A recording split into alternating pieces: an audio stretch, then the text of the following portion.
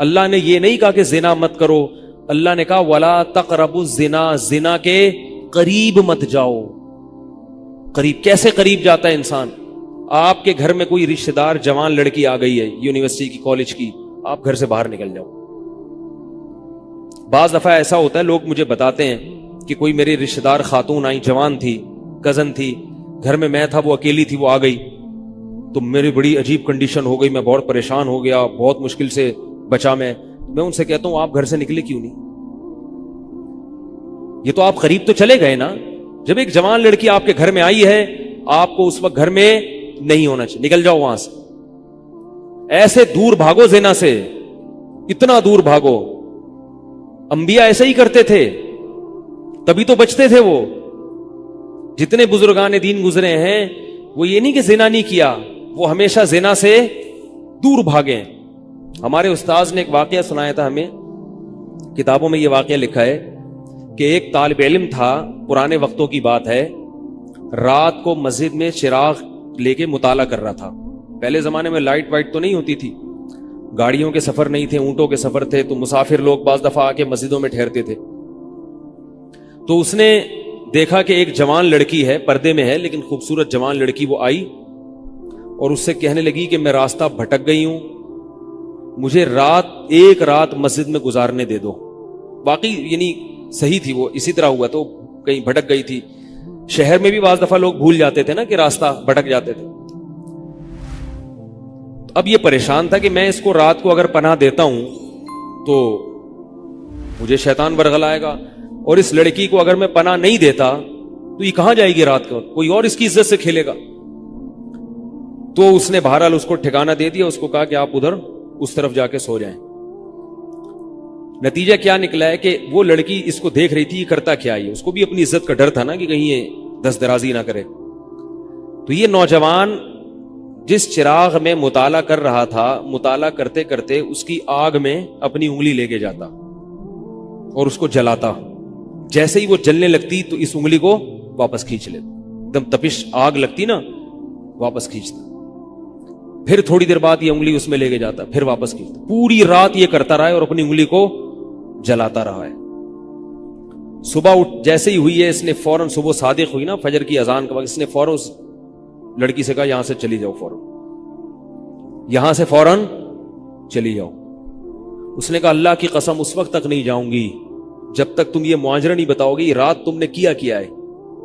تو کہنے لگا یہ میرا اور اللہ کا معاملہ ہے، میں تمہیں نہیں بتا سکتا. اس نے پھر اللہ کا واسطہ دے کے کہا، اس نے کہا میں جاؤں گی نہیں یہاں سے جب تک بتاؤ گے نہیں.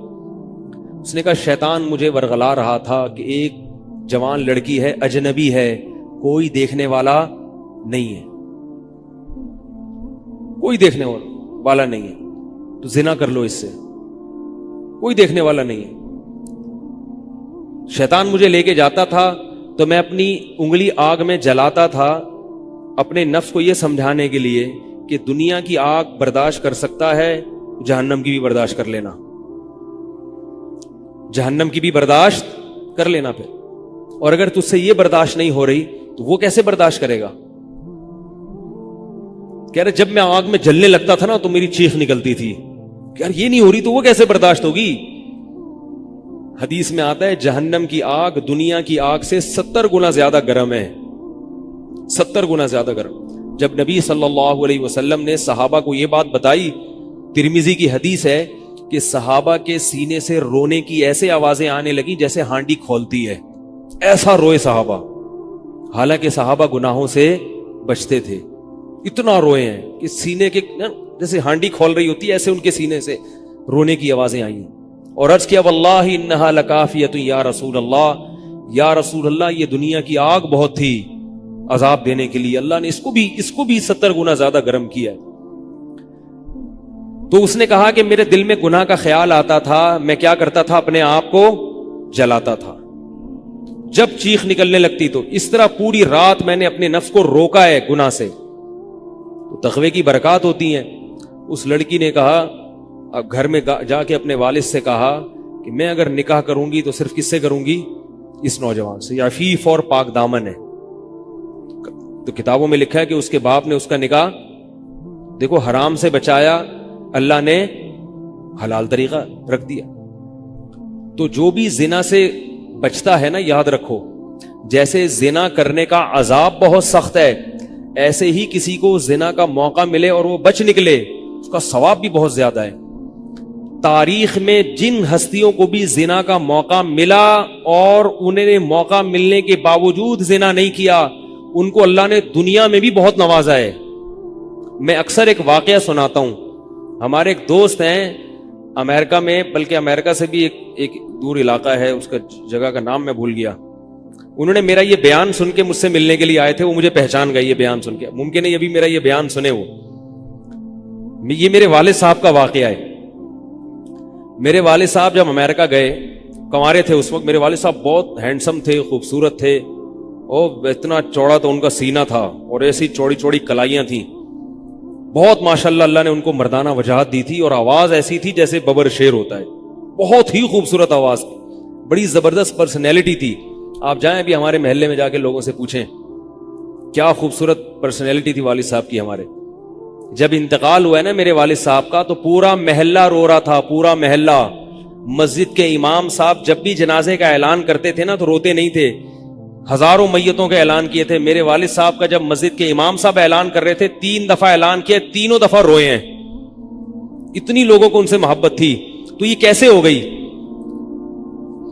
یہ کیسے ہو گئی؟ کیوں اللہ نے ان کی محبت لوگوں کے دلوں میں رکھ دی، اور کیوں اللہ نے ان کو اتنا نوازا؟ والد صاحب نیوی میں تھے، امریکہ جب فرسٹ ٹائم جہاز گیا ہے، کنوارے تھے اس وقت، تو کنوارا لڑکا پاکستانی یا انڈین ہو، پہلی دفعہ امریکہ جائے، وہ بھی کنوارا، کوئی روکنے ٹوکنے والا نہ ہو اور گناہ کی دعوت ملے، بچنا کتنا مشکل ہے۔ تو والد صاحب، یہ میں نے والد صاحب سے براہ راست نہیں سنا، ہمیں ایسی باتیں والد صاحب نہیں کرتے تھے، کسی ذریعے سے سنا میں نے کہ تمہارے والد صاحب نے یہ واقعہ ہمیں سنایا، کسی نے مجھے بتایا۔ کہتے ہیں کہ جب وہ گئے تو ایک خوبصورت انگریز لڑکی آئی اور ان کو گناہ کی دعوت دی۔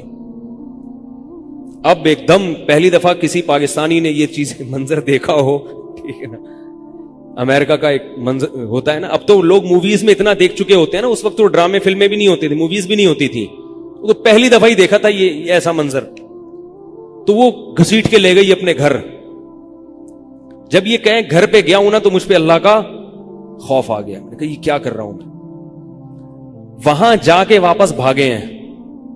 ادھر پہنچنے کے بعد وہ عورت غصہ ہو رہی تھی کہ اگر تم نے یہ کام کرنا نہیں تھا تو میرے ساتھ آئے کیوں میرا خرچہ کرایا تم نے، کیوں خرچہ کرایا میرا؟ تو آدمی اور شرمندہ ہو جاتا ہے نا کہ یار۔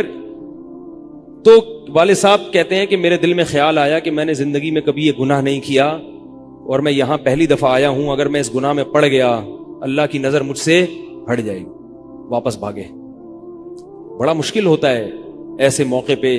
اس وقت ان کی عمر ہوگی 22 یا 23 سال، زیادہ سے زیادہ 24 سال ہوگی، تو بھاگے ہیں واپس۔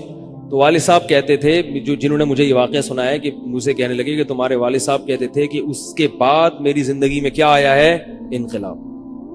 پھر اللہ نے قرآن کی تلاوت کی توفیق دی، حفظ قرآن تھا، بھول چکے تھے، روزانہ ایک قرآن پڑھنے کا معمول بنا پھر، تاکہ قرآن دوبارہ یاد ہو جائے۔